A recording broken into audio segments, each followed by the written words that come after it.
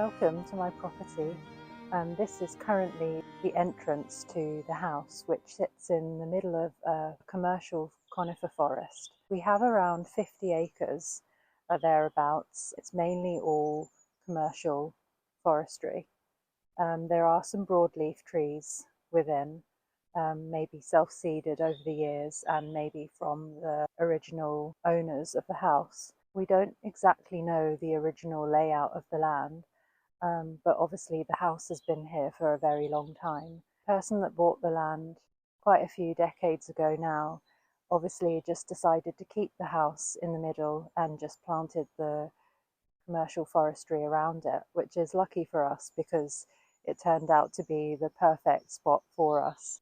We always wanted to live in a forest and also in an old house, an old traditional farmhouse. So let me take you around and I'll show you the front of the house. We're thinking originally there was an entrance that would take you up to the front of the house, but it's just forest and trees at the moment, so we've yet to find a different route because it would be really nice to actually see the front of the house when you come towards it. Before I take you around to the house, I'll just show you the caravan that I stayed in the first couple of months, kind of on and off, but I was here on my own for the majority of that time, just with Willow, of course, and we still are completely off-grid on the land here. There's no power, no water.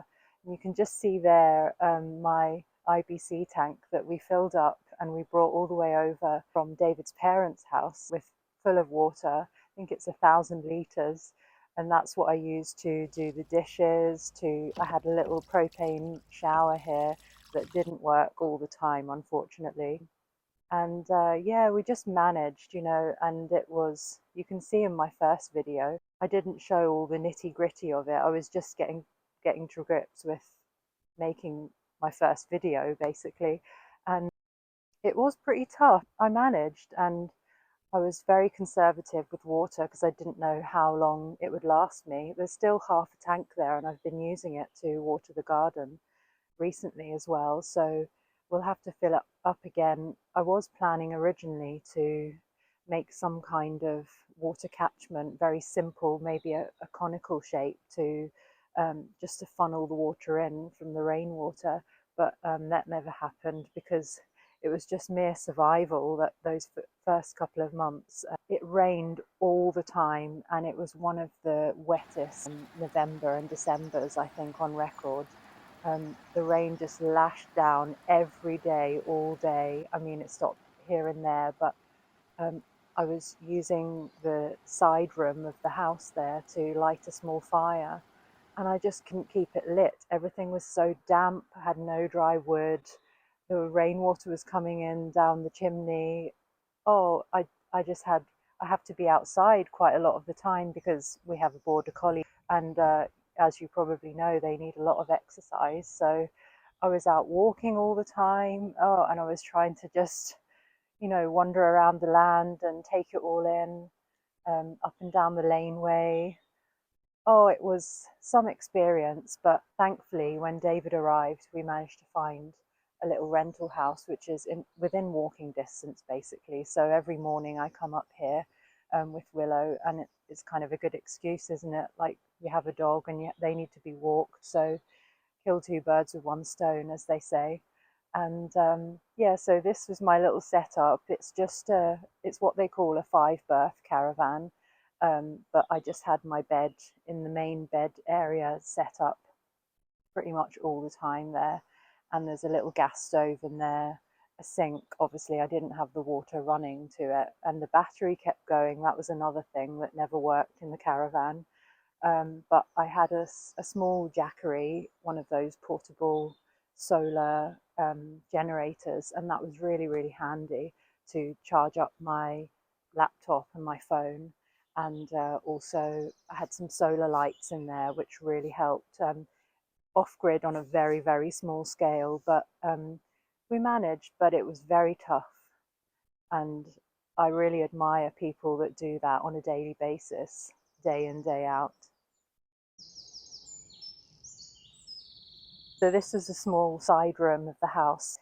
It was a later addition, we think. It's pretty typical of older houses in Ireland, traditional houses, to have that separate room on the side. It's not connected inside, but we're still waiting to get quotes back from builders, and we're hoping that we may be able to connect it and put a lintel in through, and possibly keep the fireplace that is on the outer wall, the gable end of the main house, and just have a small narrow walkway and possibly use this as our bathroom. It would be the perfect size and space for a bathroom because there's currently not one in the house. You know, it's just 2 rooms in the ground floor, kitchen and living room, and 2 rooms at the top, 2 bedrooms. So we'd like to keep 2 bedrooms. That would be nice. You know, they're very small anyway, and maybe have this as a bathroom, thinking maybe we could close this door up and just have a window here, and there's a small window on the other side, possibly a small skylight as well, because obviously in these old buildings you need as much light as possible. But yeah, this was my little drying room for all the coats, towels, umbrellas, boots, when I was here on my own for the first couple of months. And yeah, it's still pretty damp when it rains. The tin roof is okay, but everything needs redoing, really. So this is the front of the main house. It's a typical Irish vernacular story and a half house. We think it's probably about 200 years old, but we're not quite sure of the dates. Obviously we have the old sash windows, which all the wood in the house is completely rotten, or was originally really well made, but you know, woodworm has gotten in. The roof may be okay to keep, but the tiles need redoing on the top, and the chimneys need a hell of a lot of work as well.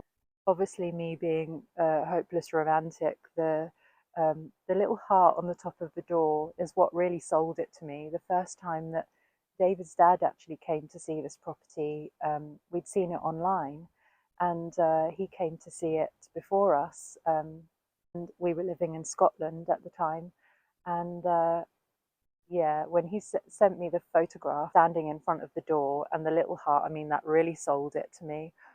Even just the colour of the paintwork, I just love it exactly the way it is. And I know obviously we need to renovate, but there's something really charming about old properties, I find. And I really like the aging quality of them. And this house has been sitting here, just nestled within a little forest, and also the rhododendron that was completely growing around the house. Apparently all around the house there was just rhododendron, and I think the rhododendron has sort of preserved the house. That's probably one of the good things about the rhododendron.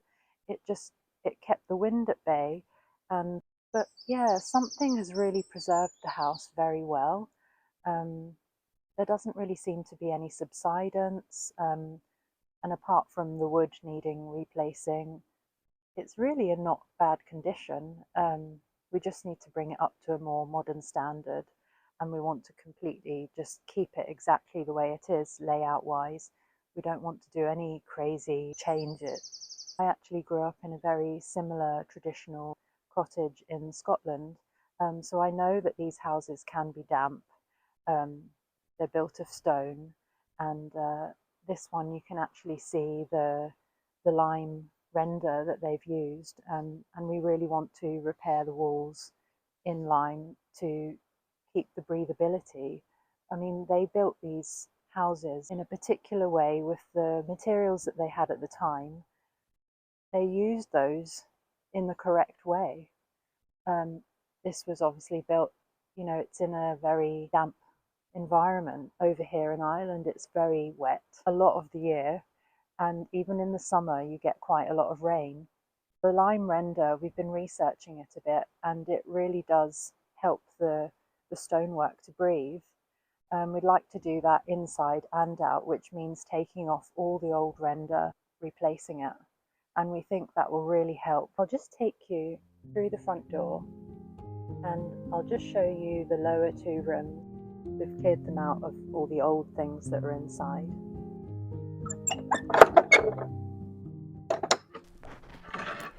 As you enter the front door of the house, you immediately enter the kitchen, right of which leads to the living room, and directly facing the front door is the staircase leading to the 2 upper bedrooms, which are joined by a small landing.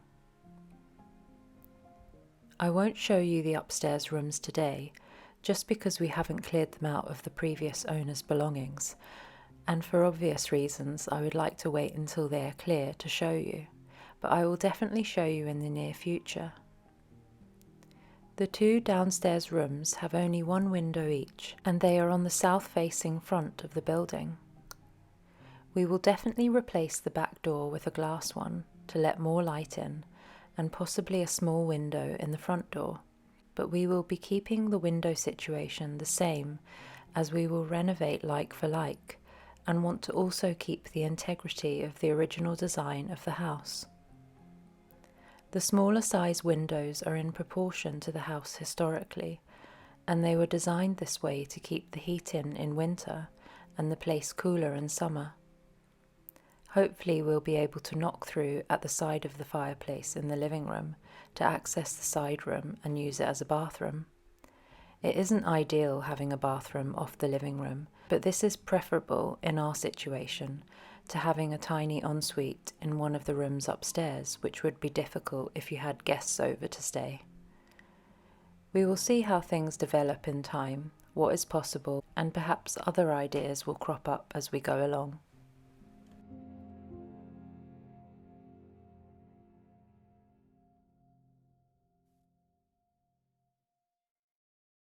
Directly in front of the house here is the first section of rhododendron removal that we started with. We've still got quite a lot of piles of rhododendron wood that need to be cut up into logs. All of this was just real thick rhododendron bushes, and it was so dark, and there are a hell of a lot more midges, I must tell you. I think we've created quite a lot of more airflow, and the light getting in means the bugs are not too bad at the moment anyway. Come the evening time, they are lethal, they really are. But we freed up a lot of the broadleaf trees here, so we've got quite a lot of alder and rowan, and in this section here it's more alder and rowan and maybe some hazel as well. I think actually up there, then that's quite a large ash tree, and it looks like it may be suffering from ash dieback. There's also quite a lot of sycamore, which start at the other side here, which is the entrance to our little magical garden valley area, which I've showed you in a previous video as well.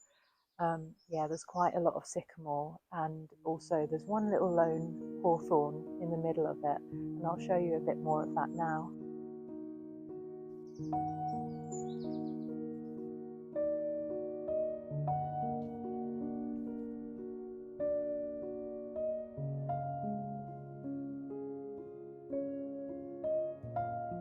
We're thinking down this little valley area. There may have been an original track up to the house from the country road that leads to the property here, but we're still not very sure. But it's a magical little spot. I planted some snowdrops, and I'm hoping they might come up next year. And we'd like to introduce a lot more, if they don't grow naturally on their own, some bluebells and some native wildflowers as well there. Possibly there's also the option of putting a small pond right down in the valley, just a small one.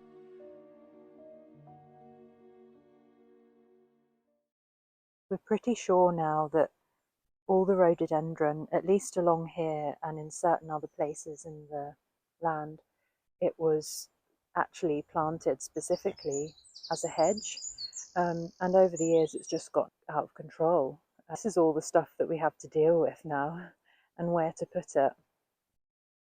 This area, there was an old stump there just yesterday, and David managed to remove that. And there was huge laurel. You can see the big stumps there. It's actually way more invasive and harder to get rid of than rhododendron.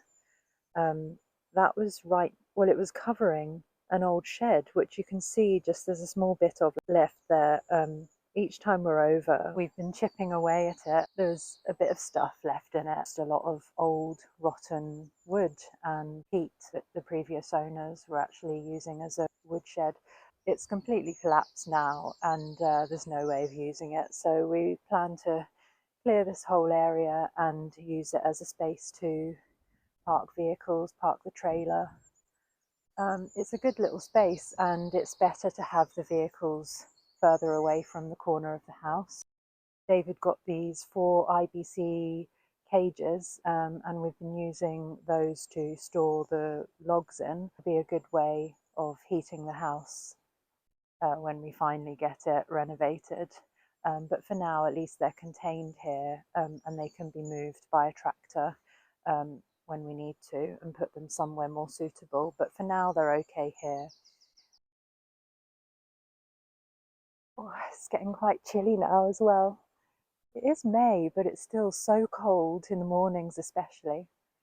I'm just at the back of the house really now, and this is our little sort of garden area. Well, originally I thought it was going to be the garden area, but it turns out a lot of the soil layer had been dug away by the previous owners, and we think possibly it was used as a sort of yard area for animals. There's a couple of small sheds there, so really there wasn't really much soil to work with to grow a garden there. There's also quite a few alder trees in there as well, so it didn't turn out to be very suitable for a garden.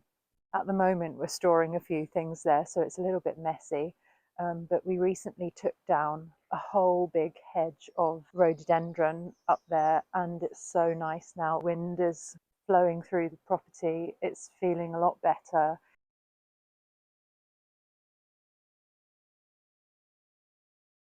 This is one of the small sheds that I told you about. I'm hoping that it could possibly be a small potting shed for my garden. Obviously it needs a new roof, and these things take time, especially when we're both working, you know. But for now we've another IBC tank here, ready for when we do have a roof there, and we can do a little bit of rainwater collection. We're still waiting to hear back about the drilling of a well here. We would like to do a lot of rainwater collection, but obviously you need structures, and we don't really have the proper roofs on structures yet for that.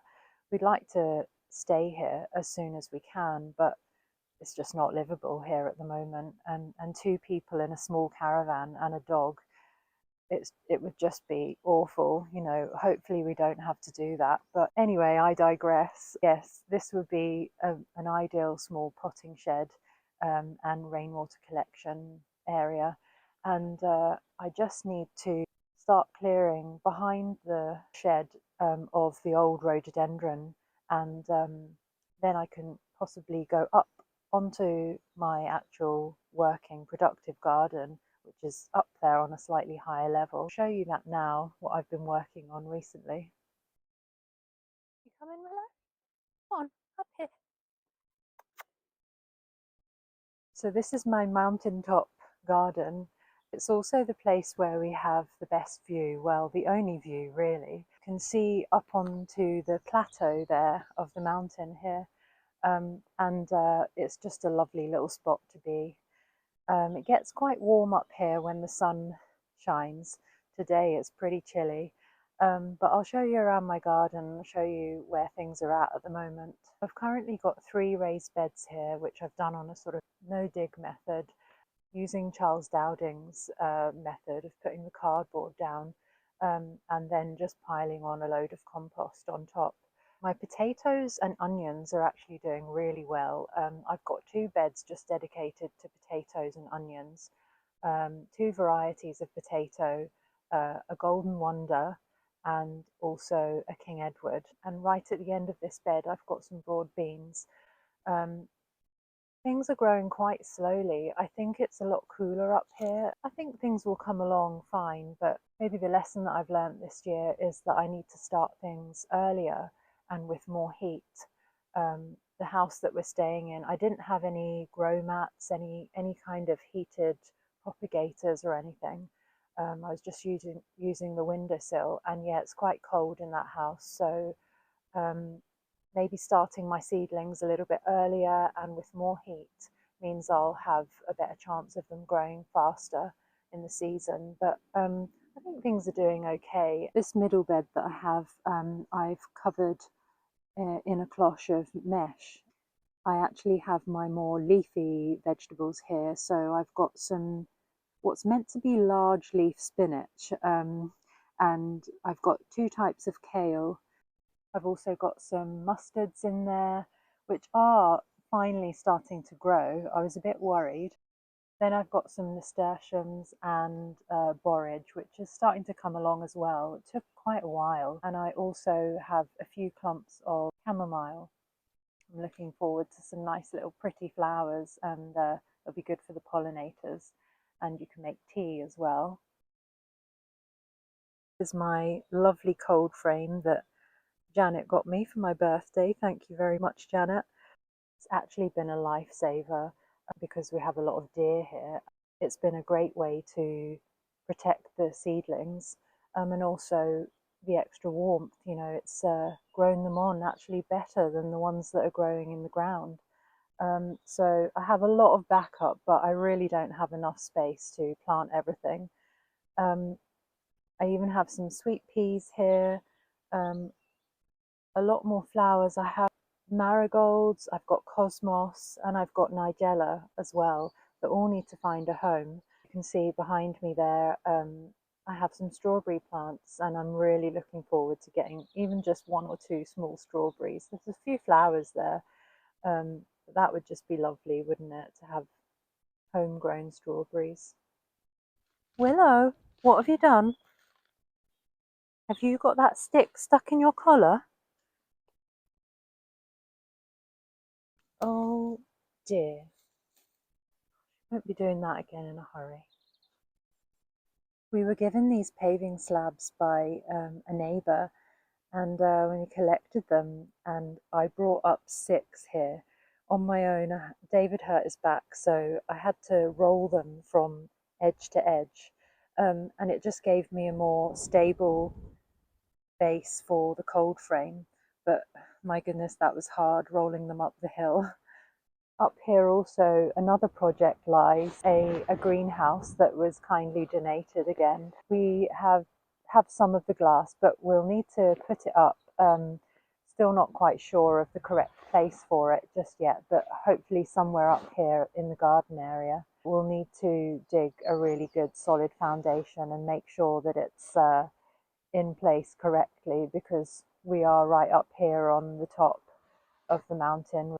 It's not that windy a lot of the time, but when it is windy and you get a northerly wind, it's really, really windy and quite cold as well. So we know the horror stories of greenhouses and so windy today, of greenhouses and polytunnels just lifting up in storms and like flying away. So we really don't want that to happen. We'll have to put quite a lot of thought and care really into putting the greenhouse up, but that will really, really help me with my garden. We really want to be as self-sustainable as possible and grow as much food as we can.